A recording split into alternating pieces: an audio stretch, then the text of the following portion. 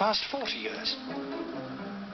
Hurricanes have been around forever. You know, we've got good proxy records of hurricanes, and there's been no change in their frequency. Even the IPCC admits that.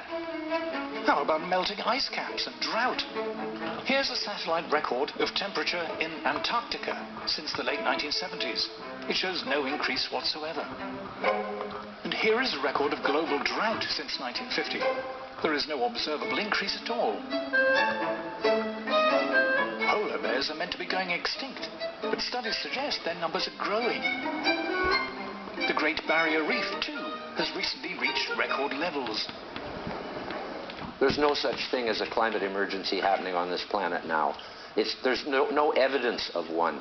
Yeah, the extreme weather event story is just absurd. There's no basis to it at all. It's just based on propaganda. The actual data shows the opposite. I've shown you the official data, the official science. Tell me what I'm denying. The climate alarm is nonsense. You know, it's a hoax. I've never liked hoax. I think scam is a better word, but I'm willing to live with hoax. But why are we told again and again that man-made climate chaos is an undisputed scientific fact, beyond question, beyond doubt? To answer this, we must examine the so-called consensus on climate change. Thank you very much. Until the 1980s, global warming was little more than an eccentric scare story put about by radical environmentalists. But then the cause was picked up by an ambitious young senator, Al Gore, who would soon become vice president. $1 billion a year of public money was made available for research into climate change. This quickly rose to $2 billion. Up to that level. Academic researchers in various disciplines began to apply for this climate funding. If you want to qualify for money that's labeled climate, well, you take whatever you're doing and you add a little bit of climate speak to it, and away you go. You're dealing with the sexual habits of cockroaches, you'll add, and the impact of climate. So all I have to do is add a little wrinkle to my grant application to explain how, well, I'm worried that climate change will mean the death of all the maple trees, and so right away you qualify for funding. Academics of every kind lined up for climate funding. Climate became an exciting new area of interest for sociologists, biologists, professors of English literature, lecturers in gender studies, and many more.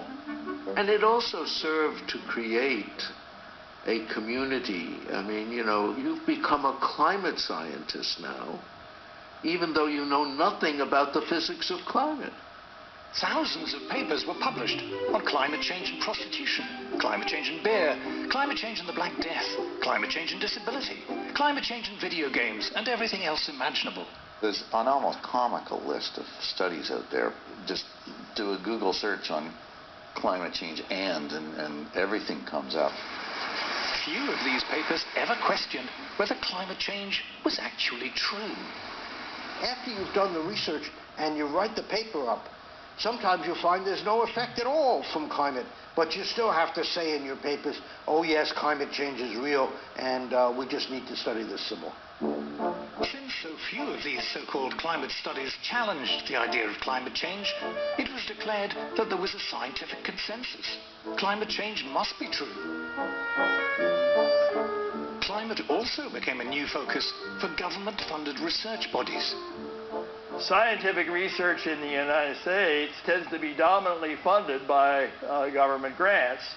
And so whatever government grants are offered sort of determine much of the science being done. It was during the Cold War that many government research bodies were set up. But the end of the Cold War and pressure on government spending has left many of them struggling to justify their continued funding. The United States Congress only funds problems. Okay, research into problems, whether it's money that goes to NASA or NOAA or National Science Foundation or Department of Energy or any other alphabet soup, organization. It's always been a problem to support your research or your existence, or raison d'etre. And so climate was a godsend. If Congress is willing to pay you to find evidence of global warming, by golly, as a scientist, we're going to go find evidence of it. Because that's what we're being paid to do. And guess what? If you don't find evidence or say the evidence suggests it's not a problem, your funding ends. This totally corrupts the way we look at the science. Who was the famous gangster asked, "Why do you rob banks?" And he said, "Well, because that's where the money is." The climate alarm brought funds, and the bigger the supposed threat, the more funds seemed to flow. The publicly funded science establishment now had a direct financial interest in playing up the alarm.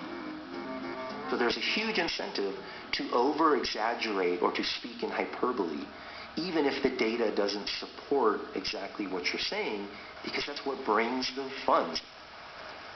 I was in that boat. I was someone that was defending climate change as a grad student quite a bit, because the truth is I didn't give it too much thought, but I thought, well, it's getting a ton of attention. It brings a ton of money into the earth sciences. Even if I don't buy all the hyperbole, what's the problem? By the late 1990s, what had started as an environmental scare story was gaining momentum.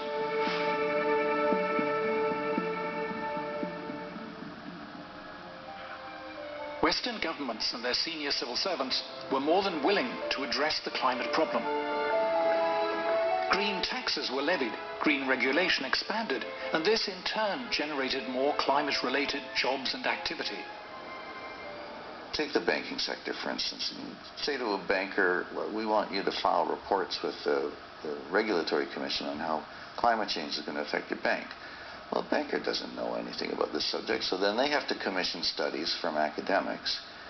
And of course, the academics are happy to come and tell them, well, it's going to be terrible for your bank. It's going to cause all kinds of problems, and you need to give us money to research this. Green subsidies and regulation meant there was now money to be made in climate. Renewables firms sprouted. Consultancy firms offered advice on what they called sustainability and climate compliance.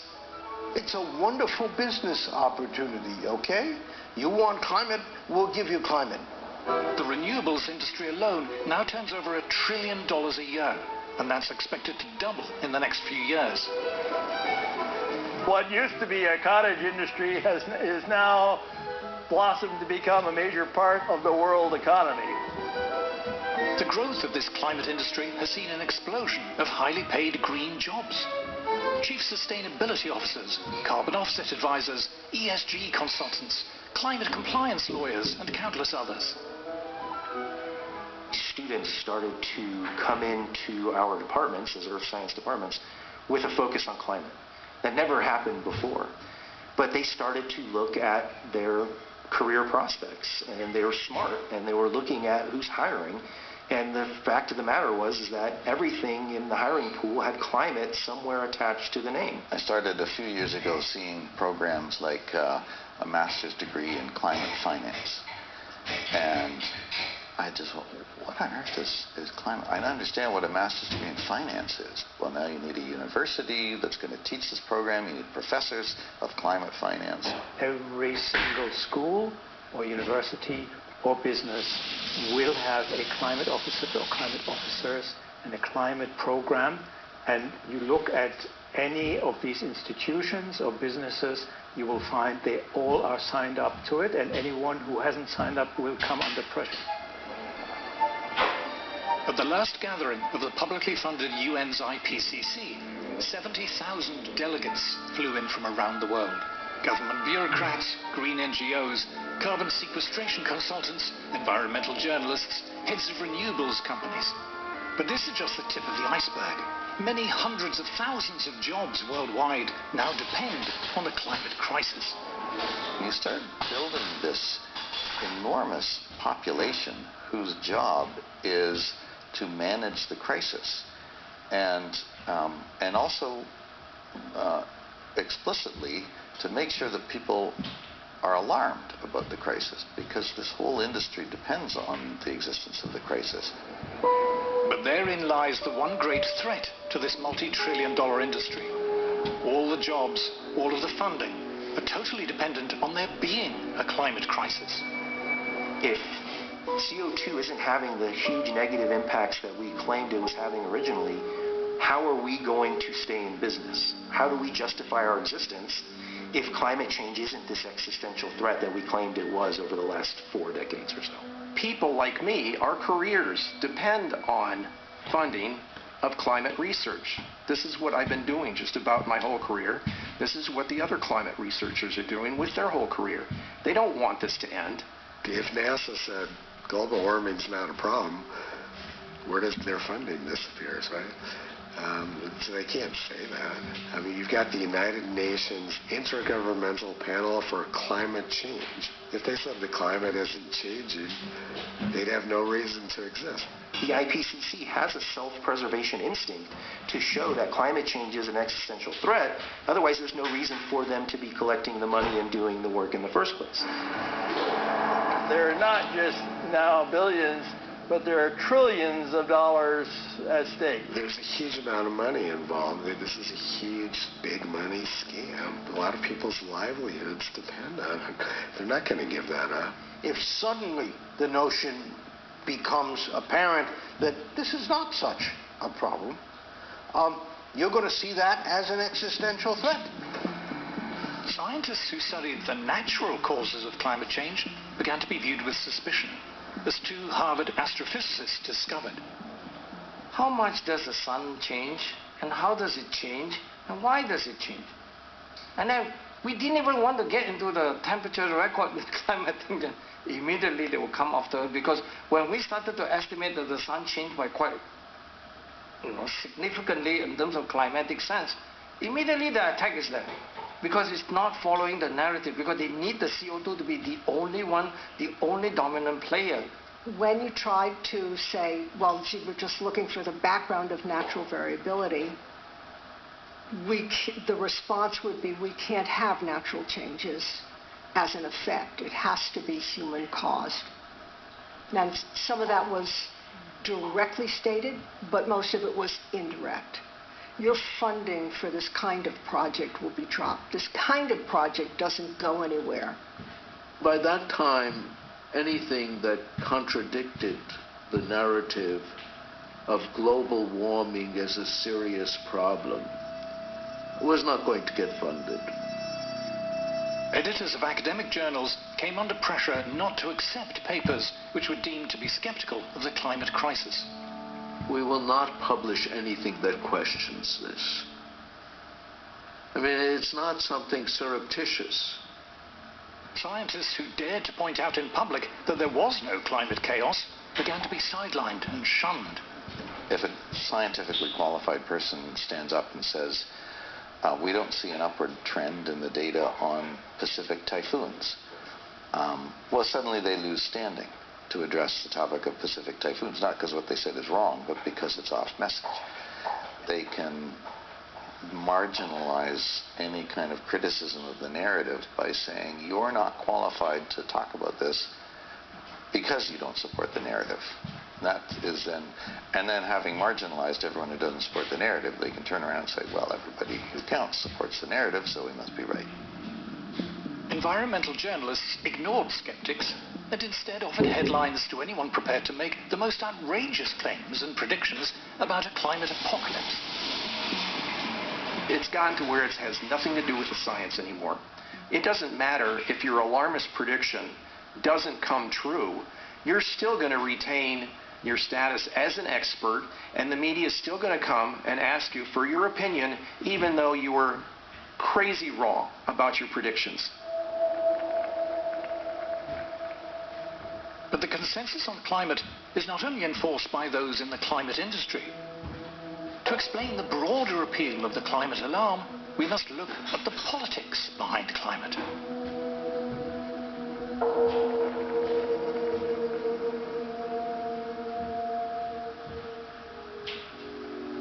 From the start, the climate scare was political. It came from the environmental movement, the sworn enemy of free market industrial capitalism. Finally, we've got them. We can claim that it is the free markets who are destroying the planet, and we need big government to save us. The climate problem, it is said, stems from the irresponsible actions of greedy, feckless individuals who have too many babies and drive too much and consume too many products, and of the capitalist corporations who pander to their whims. The solution is for government to have greater power to regulate private companies, but also to guide and reshape the lives and habits of individuals.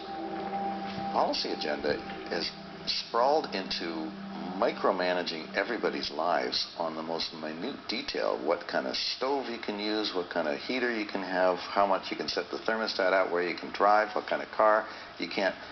According to the planners, we're not going to have internal combustion engines an hour from now. All of these things require the government to get involved, right? Because the government has to sort of force changes upon the public. If it was up to the public, we wouldn't be buying electric vehicles because, you know, they're impractical. Support for the climate alarm is now virtually synonymous with disdain for free market capitalism and a yearning for bigger government. It's liberals versus conservatives in the United States. And generally speaking, liberals are worried that we're destroying the planet. And they're also, of course, for big government. And then conservatives are at the other end of the spectrum, where a lot of them don't believe that we're destroying the planet, and they don't want government involved in their personal lives. Paying lip service to the climate alarm has become almost universal among those who depend on government for their livelihoods. This includes those in the publicly funded education, arts and science establishments. Tony Heller recalls his time at Los Alamos Labs. The entire county of Los Alamos was kept going by government money. That we had the highest incomes in the state. So naturally, people who lived in Los Alamos supported big government because that was where their livelihood came from. That was where their good schools came from. You know, everything good in Los Alamos came from the government. So of course, they were all believers in big government. Among the largely publicly funded Western intelligentsia, support for more government spending and regulation is almost a defining moral badge. In these circles, to question the climate alarm is socially unacceptable. To be a climate skeptic is taboo. Somebody that goes against it really does get met with a lot of anger and vitriol. You know, you're called a denier, a science denier, and a heretic. Your colleagues won't engage with you anymore. You don't get invited to conferences. Your students may desert you. This is all really terrible. Professors Henrik Svensmark and Nir Shaviv describe what happened when they published their results on the climatic effects of solar activity. It was like all hell had broken loose because of this work. I had no idea that things would escalate as they did, and it completely changed my life. Once we said that, people didn't like hearing it, and we became persona non grata. I mean, I have so many instances of people doing really nasty things. When I applied for a job, a group of scientists write to the university, say they shouldn't hire me. And that's a typical story, unfortunately. If you don't agree with a standard polemic, you become an outcast yourself, as if you have leprosy. For Professor Sally Baliunas, the personal attacks became too much. I retired early. And my family said I should have retired even sooner, years sooner. So they noticed the toll. Well, it took a toll on them and me.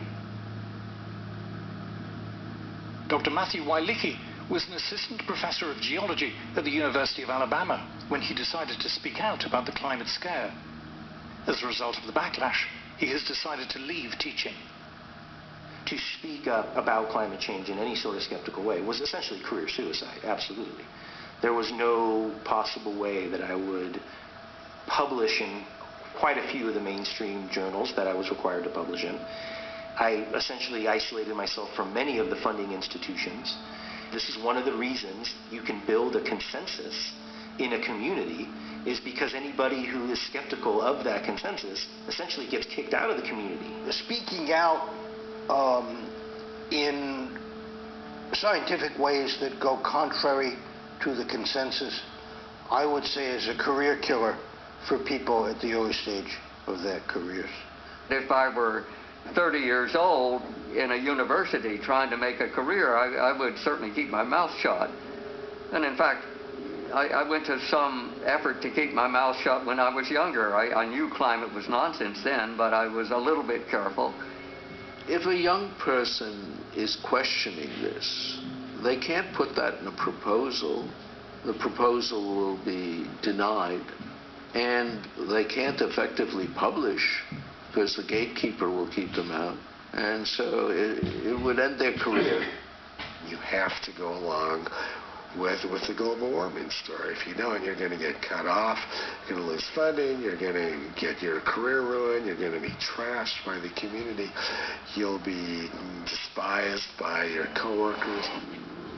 The so-called consensus on climate has itself become a weapon, a form of bullying, intimidation and censorship used against those who refuse to conform. It's a tool that people use to bludgeon their opponents and the skeptics and to attack their character. According to its critics, far from being scientific, the militant, intolerant climate consensus represents a devastating assault on free scientific inquiry. I see my job as a scientist as just laying out the facts and letting people decide what they want to do. When you can't talk about the facts, things become corrupt. If you shut the door on ideas, if you say you're not allowed to test it, you're not allowed to have that idea, you've left the realm of science.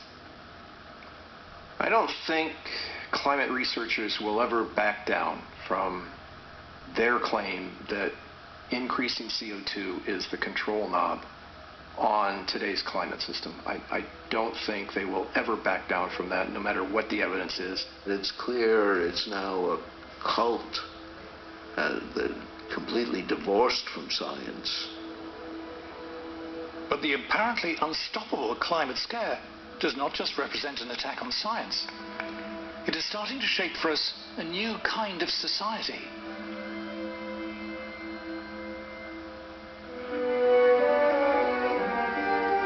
Environmentalists like to pose as anti-establishment, but their demands are well received and piously echoed by King Charles, the Archbishop of Canterbury, the BBC, the UN, the EU, by heads of government, the World Bank and World Economic Forum. In fact, by the entire state-funded ruling establishment. Global warming is like the perfect problem that government can get involved in to grow the influence of government. It's a wonderful way to increase government power, and if there's an existential threat out there that's worldwide, well, you need a powerful worldwide government, to cope with it. If you're a climate activist, you're actually facilitating a huge validation of the government running our lives. Many environmentalists, most environmentalists, all environmentalists who consider themselves to be radical, progressive alternatives are in fact simply reinforcing the mantras and the mainstream arguments of the entire establishment. The demands on the government mean that the government suddenly gains the authority to interfere into every nook and cranny of our lives and how we live. Everything has a climate narrative attached to it. How much you consume, where you spend your money, how much you travel, who you interact with, what types of food you eat, whether you eat meat. Everything has some sort of aspect that can be controlled with a climate lens. Suppose 20 years ago somebody had hatched the idea that I would really like to ban cheap energy. I'd really like to control everybody's appliance purchases. I'd really like to tell everybody where they can go, and basically I'd like to have dictatorial control over everything. Well, it's not going to fly. No, everybody would think you're a nut and would ignore you. But fast forward 20 years, that's what's happening. The publicly funded establishment in the West is so large and powerful that it is able to impose and enforce the official consensus on climate through its control of schools, universities, government, and much of the media. State broadcasters like the BBC exclude climate skeptics. Broadcasting regulatory bodies forbid private stations from disseminating skeptical views, threatening them with having their broadcasting licenses revoked. What normally happens in an emergency is that all normal forms of openness and democracy have to be suppressed, because how else to deal with an emergency?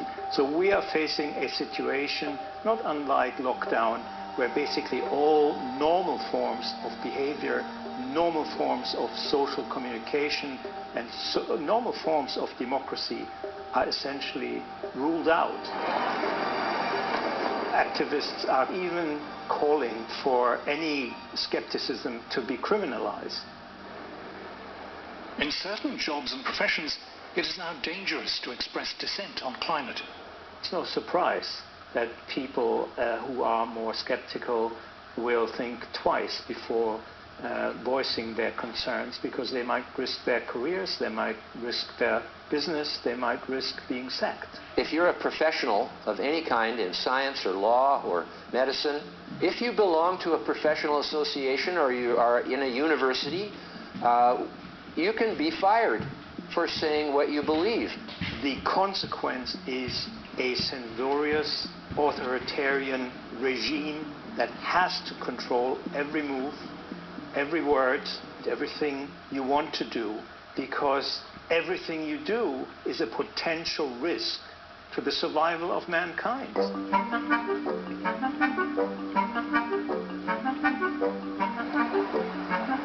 Climate protesters condemn capitalism, but at their anti-capitalist rallies, it's hard to spot anyone who looks like a worker, like a docker, or crane driver, or steel worker, or a beautician, or a trucker. The workers, it appears, are totally absent from these rallies, and for very good reason. Today's climate alarmists complain not that capitalism isn't producing enough, but that it's producing too much. The modern capitalist system has led to prosperity. More and more people have more and more things. The modern anti-capitalism of the present time is a critique of capitalism that it gives us too much. They think that the problem with capitalism now is actually that it's giving out too many rewards en masse to ordinary workers. And what they want instead, and this is often very explicit actually, is a much more austere, simple kind of lifestyle in which the mass consumption, the consumption choices of the great bulk of the population are controlled or even prohibited. You have to consume less, you have to holiday less, you have to drive less, you have to eat less, and so on. It seems that what upsets many environmentalists is not the failure, but rather the success of capitalism in producing an abundance of affordable goods for the masses. Ordinary working people, for once, we've arrived at a point in history, in the Western world at least, where mass manufacture has allowed them cheap clothes, cheap food, cheap furniture. Therefore you get a clash when affluent environmentalists express their disdain for mass consumption. People going on those big, huge cruise ships, it's like thousands of them. It's like, what are they doing? Oh my God, there's all those cruise ships, like ruining Venice, you know, ruining all our beautiful. We own them, don't we? They're not. What are they going there for? What you have here is a classic example of class hypocrisy and self-interest masquerading as public-spirited concern.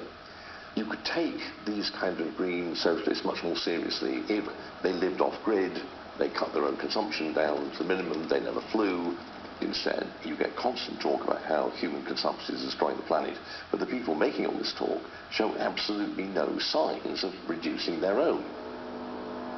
What environmentalists call degrowth is being achieved by the trashing of our conventional energy and transport systems, and the forced introduction of expensive and unreliable alternatives. Already this is having the desired effect on industrial manufacturing, which is straining under the burden of punitive green taxes and regulation and higher energy prices.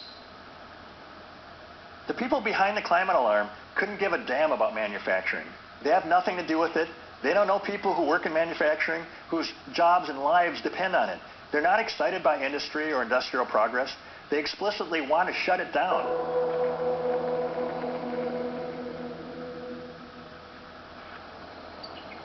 Kisi, Kenya, East Africa. According to many leading environmentalists, the world's poorest people should not aspire to the lifestyle of people in the first world. The planet will not cope. Grace Nyakananda is one of the many Africans who do not have electricity or gas to cook with or heat their homes. The resulting indoor smoke from burning wood and dry dung is the deadliest form of pollution in the world. For millions, the cause of lung disease, blindness, and early death.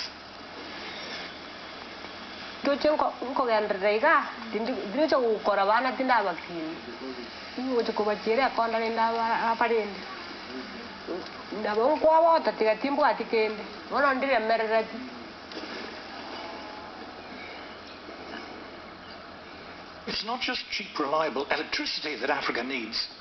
Agricultural productivity here is incredibly low. Increasing it takes fossil fuels to make fertilizer and drive tractors and other farm machinery. Jasper Mashogu is a farmer. Each and every African wants to develop, and improving agriculture is one of the easiest ways to do that. Agriculture is tightly tied to fossil fuels that the Western nations are saying we should not have access to. Around a third of the food produced in Africa rots before it ever reaches the mouths of consumers. To prevent this terrible waste, Africa needs plastic packaging, refrigerated lorries, and good roads. All are opposed by Western environmentalists. All come with industrial development. All rely on affordable fossil fuel energy. Diarrhea from drinking dirty water still kills hundreds of thousands of African children. But clean water requires large industrial water purification plants and a modern water supply network. And this will come only with cheap energy. I think it's pretty obvious that the West has got what it has because of fossil fuels. When people say Africa doesn't need fossil fuels, I wonder. I don't think they want what's best for us. They don't want us to develop, and that means we continue being starving. We continue being poor. Most people don't know what climate change is. They don't care. They want food on their table. They want to beat poverty. They want to beat hunger. They need money to better their lives. They want to flourish. That's just it. When they use the word sustainable development, they're talking about no development. Exactly. I mean, the point is that to develop sustainably means not to use too much energy, not to use too much carbon. Net zero. The idea that you mustn't use too many resources. The fact you mustn't produce enough consumer goods because consumption is bad. So ultimately, the idea of development is out the window. The Greens think the Africans should never use their resources the way the Europeans or the Americans or the Canadians or the Australians have used theirs. They are also in favor of punitive taxes, border taxes on any African country that wants to export their goods to Europe if they do use their resources. So that sums up the ethical ruthlessness and depravity of the green agenda.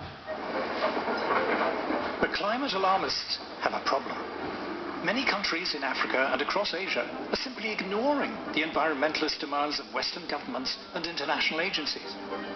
Communist China is estimated to be building an average of 2 new coal power plants a week. China now uses more coal than the rest of the world combined.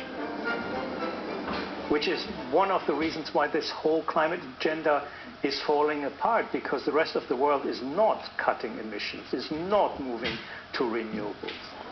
In the West, too, for many people, climate alarmism is wearing thin. Ordinary people are not stupid. They have seen one ridiculous claim after another fail over and over. What this does is leave people with a profound and justified cynicism about what the scientific establishment says and about what the government says. To fix the climate crisis, we're told, we must give up our cars. We must pay more for fuel, heating, clothes, food, fly less, limit where we go. This attack on mass travel, mass tourism, mass consumption holds little appeal to the masses. People have started to realise it's going to cost them a lot of money to simply live the lives that they weren't leading, that they want to lead. And as soon as that started to happen, I could see people in the United Kingdom who had previously been indifferent to environmentalism suddenly think, how dare they do that, right? How dare they try and take away what we consider to be not luxuries, but necessities. The whole policy of sustainability is about restraint. It's about restriction, it's about doing less. And that, obviously, for most people is anathema to their everyday needs. The fact that there is actually an ideological movement of people who think that cheap mass production of whether it's houses or anything else is a problem. I mean, for God's sake, no wonder people become disdainful of the kind of middle-class outlook of environmentalism. But that is literally what people say. How can we stop people buying cheap things in shops? When climate protesters climbed onto an underground train in London's East End, they were not cheered on by working commuters. They were held abuse, pelted, angrily dragged off the train, and received rough treatment on the platform. If you were to go into a pub frequented mainly by what the Americans call blue-collar workers, you will find that being sceptical about climate change policy is not going to get you thrown out. Quite the contrary, somebody will probably buy you a drink. They can tell that behind all the talk about climate emergency, climate crisis, what there actually is an animus and a hostility towards them, their lifestyle, their beliefs, and a desire to change it by force if necessary. Punitive and restrictive policies, carried out both in the name of climate change and COVID, have sparked protests in Britain, Canada, and other Western countries. Anti-establishment politicians and movements are gaining support. What they underestimated was the fury that this would meet with ordinary people who just say, you can't do this, so you suddenly get this new movement. Many working people are not merely sceptical, but positively angry about the climate alarm and all that flows from it.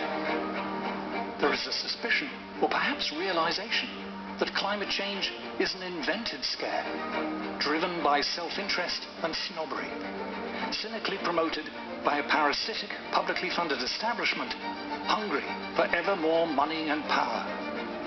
An assault on the freedom and prosperity of the rest of us.